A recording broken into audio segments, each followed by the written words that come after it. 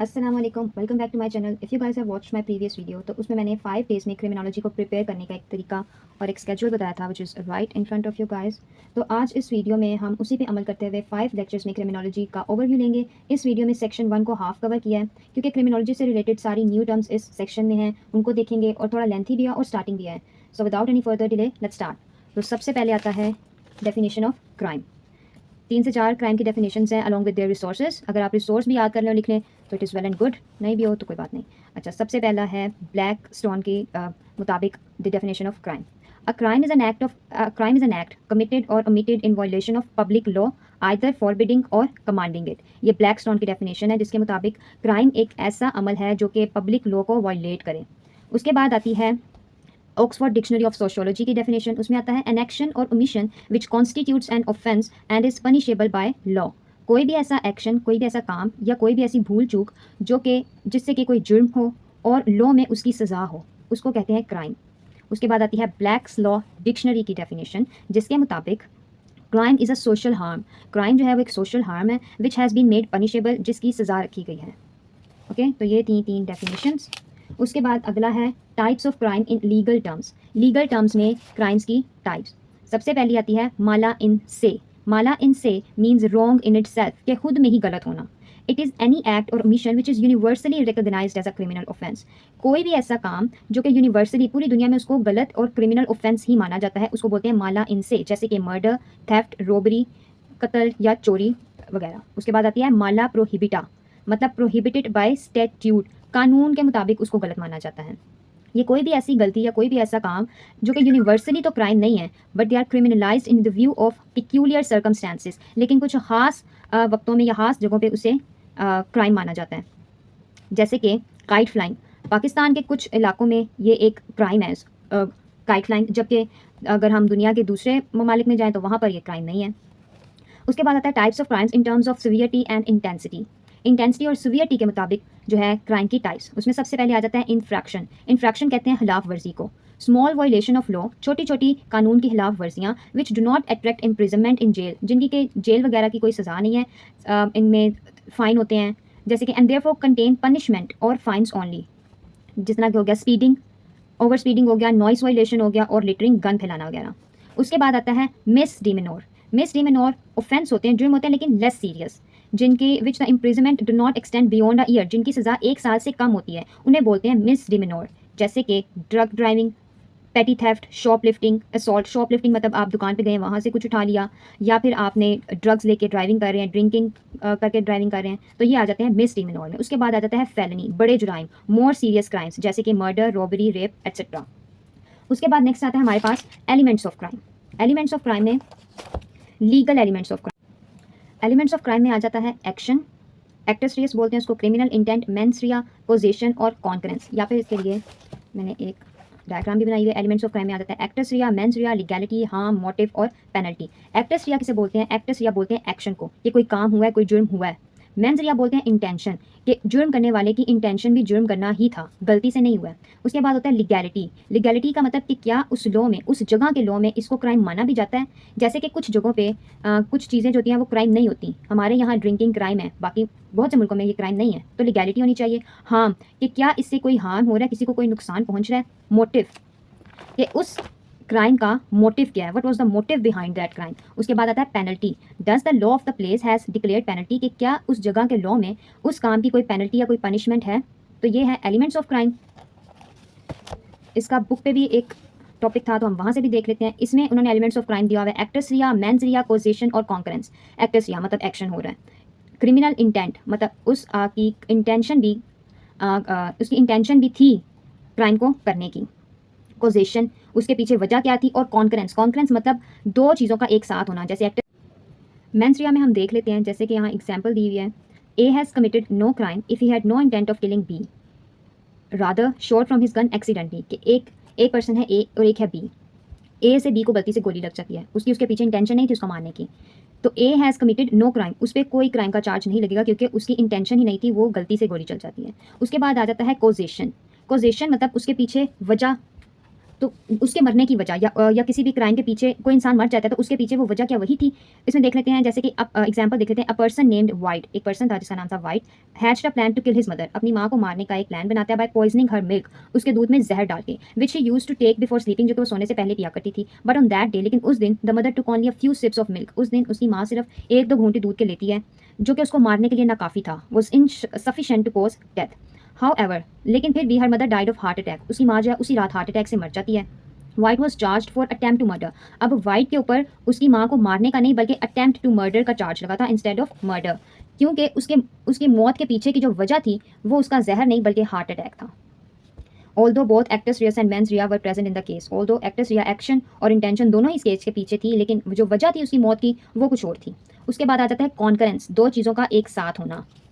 इसमें भी इन्होंने एक एग्जाम्पल दी हुई है कि एक फीमेल लेडी होती है जिसका नाम होता है शीरी, वो डिसाइड करती है अपने हस्बैंड को मारना थ्रू अ हैंड गन, एक बंदूक के साथ, and discuss the plan with her friends, और अपने फ्रेंड्स को भी वो प्लान बता देती है। कुछ दिनों बाद वो कार ड्राइव कर रही होती है जब उसका हस्बैंड उसके सामने अचानक आ जाता है और उसकी गाड़ी के नीचे आके मर जाता है। इस केस में एक्ट्रेस रिया और मेंस रिया दोनों ही थे, मतलब एक्शन भी था और इंटेंशन भी थी। The causation was also present, वजह भी थी क्योंकि उसी की गाड़ी के नीचे आके मरा है। But it was held that she did not intend to murder her husband the way at that time, लेकिन इसमें यह साबित होता है कि उसने अपने हस्बैंड को इस तरह मारने का नहीं सोचा हुआ था, बल्कि ये तो एक एक्सीडेंटली उसकी मौत वाक़या हो गई है। तो इसमें एक्ट्रेस रिया तो हो गया एट दैट टाइम, लेकिन जो इंटेंशन थी वो एग्जिस्टेड इन द पास्ट में थी, अब उसकी कोई इंटेंशन नहीं थी।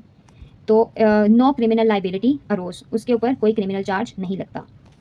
उसके बाद आता है हमारा fourth definition of criminology, criminology की डेफिनेशन। अच्छा, अब क्रिमिनोलॉजी की डेफिनेशन हम पढ़ लेते हैं। सबसे पहले एडविन सदरलैंड, एडविन सदरलैंड के मुताबिक criminology is a process of making laws, laws को बनाना, ब्रेकिंग लॉज, लॉज बन गए उसके बाद कोई इंसान आके उनको ब्रेक कर रहा है, and reacting towards the breaking of laws, और फिर जो कानून नाफिज करने वाले इदारे हैं वो उस ब्रेकिंग ऑफ लॉ की तरफ किस तरह अमल दरामद कर रहे हैं, किस तरह उसके ऊपर जो है रिएक्ट कर रहे हैं, इस प्रोसेस को बोलते हैं criminology, according to Edwin Sutherland. Donald Taft के मुताबिक क्रिमिनोलॉजी है वो दो ब्रांचेस में डिवाइड की गई है, जनरल और specific. Criminology in a general sense is the study of crime and criminals, general sense में डोनाल्ड ट्राफ्ट के मुताबिक क्रिमिनोलॉजी जो है वो स्टडी ऑफ क्राइम और क्रिमिनल्स है, और स्पेसिफिक सेंस में it seeks to study criminal behaviour, कि क्रिमिनल के बिहेवियर को क्रिमिनोलॉजी में स्टडी किया जाता है। Its goal being to reform the criminal behaviour, और क्रिमिनोलॉजी का गोल क्या होता है, क्रिमिनल के बिहेवियर को रिफॉर्म किया जाए, और conduct of the individual which society condemns, जिसे कि सोसाइटी कंडेम करती है, अच्छा नहीं समझती, उस बिहेवियर को स्टडी किया जाए और उसको रिफॉर्म करने की कोशिश की जाए, according to Donald Taft in specific sense, ये होती है क्रिमिनोलॉजी। उसके बाद आ जाता है डोनाल्ड क्रेसी, डोनाल्ड क्रेसी के मुताबिक criminology is the scientific approach to studying criminal behaviour, criminal behaviour की साइंटिफिक अप्रोच में स्टडी करना is criminology.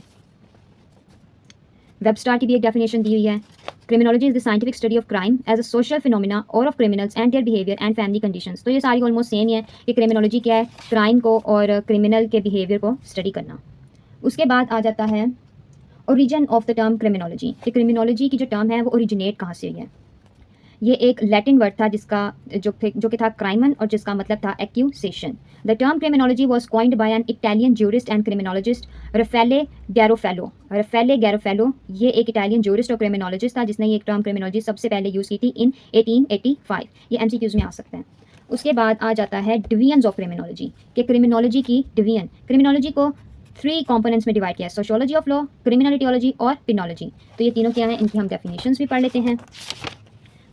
Sociology of law, it deals with the origin, nature, application and modification of criminal law. Sociology of law जो है वो criminal law का origin, कि ये criminal law किस लिए बना है, उसकी नेचर, उसकी एप्लीकेशन की कहाँ कहाँ एप्लीकेबल है, और उसमें जो मॉडिफिकेशंस होती हैं, इन सब की जो स्टडी है, इन सब के साथ डील करता है वो है सोशियोलॉजी ऑफ लॉ। उसके बाद आता है criminal etiology, it aims to explain the causes of criminal behaviour, criminal behaviour के जो कॉजेज हैं उसे बोलते हैं क्रिमिनल इटियोलॉजी, इनको एक्सप्लेन करता है क्रिमिनल इटियोलॉजी। उसके बाद आता है पिनोलॉजी, पिनोलॉजी में क्या होता है, एप्रीहेंशन एंड ट्रीटमेंट, एप्रीहेंशन मतलब गिरफ्तारी और उसको जेल में डालना, and treatment of offenders, offenders मतलब जिन्होंने जुर्म किया होता है उनको पकड़ना, उनके साथ जो ट्रीटमेंट होता है उसको बोलते हैं penology. So it is basically the study of prison and prison system is called penology. ये थी डिवीजन ऑफ क्रिमिनोलॉजी। उसके बाद अब हम पढ़ेंगे next scope of criminology. Okay, तो स्कोप ऑफ क्रिमिनोलॉजी में सबसे पहले आ जाता है criminal sociology. Criminal sociology it deals with how society affects and is affected by criminal behaviour, कि क्रिमिनल के बिहेवियर से सोसाइटी किस तरह अफेक्ट हो रही है। उसके बाद आ जाता है क्रिमिनल साइकोलॉजी। क्रिमिनल साइकोलॉजी में आ जाता है it is the study of the thoughts, wills, reactions and intentions of criminals, all that characterise in the criminal behaviour. Criminal की साइकोलॉजी के मुताबिक उसकी थॉट्स, उसकी विल्स, उसके रिएक्शंस, उसकी इंटेंशन, हर चीज़ को स्टडी किया जाता है क्रिमिनल साइकोलॉजी में। Criminal ecology, it investigates how exposure to different environments, कि डिफरेंट इन्वायरमेंट्स में जो क्रिमिनल का एक्सपोजर है, like area and place based differential social organization and activities, how these things influence behavior and lead someone to crime, कि किस तरह ये चीज़ें एक इंसान पे असरअंदाज होती हैं और उसे क्राइम की तरफ लेके जाती हैं। इसको बोलते हैं क्रिमिनल इकोलॉजी, इसकी स्टडी को बोलते हैं क्रिमिनल इकोलॉजी। नेक्स्ट आ जाता है criminal demography. It examines demographic characteristics, like demographic characteristics जैसे कि एज, उसका जेंडर, उसकी रेस और एथनिसिटी, सोशल क्लास, उसकी employment, income, education and marital status, if weather he is single और मैरिड। तो इन सब की जो स्टडी है वो की जाती है क्रिमिनल डेमोग्राफी में। नेक्स्ट आ जाता है victimology. Victimology is the study of the relationship between N injured party, कि किसी भी इंजर्ड पार्टी और ऑफेंडर, जुर्म करने वाला और जिसके साथ जुर्म किया गया है, इनके दरमियान जो रिलेशनशिप है इसको विक्टिमोलॉजी में स्टडी किया जाता है बाय एग्जामिनिंग द कॉज, के जुर्म की वजह, and the nature of the consequent suffering, और जो भी सफ़र कर रहा है उसकी सारी जो है स्टडी जो है वो की जाती है विक्टिमोलॉजी में। इसमें एक दो चीज़ें हम बुक से भी ऐड कर लेते हैं। ओके, तो इसमें है biosocial criminology. Biosocial criminology attempts to explain a relation between biological factors and propensity to commit crime, के मतलब कि एक इंसान के जो जेनेटिक्स, जो जीन्स हैं, उसका क्या रोल है उसके क्राइम करने में। तो ये हम बायोसोशल क्रिमिनोलॉजी में स्टडी करते हैं। Criminology we have already did that. उसके बाद सोशियोलॉजी ऑफ लॉ भी हम पढ़ चुके हैं, विक्टिमोलॉजी।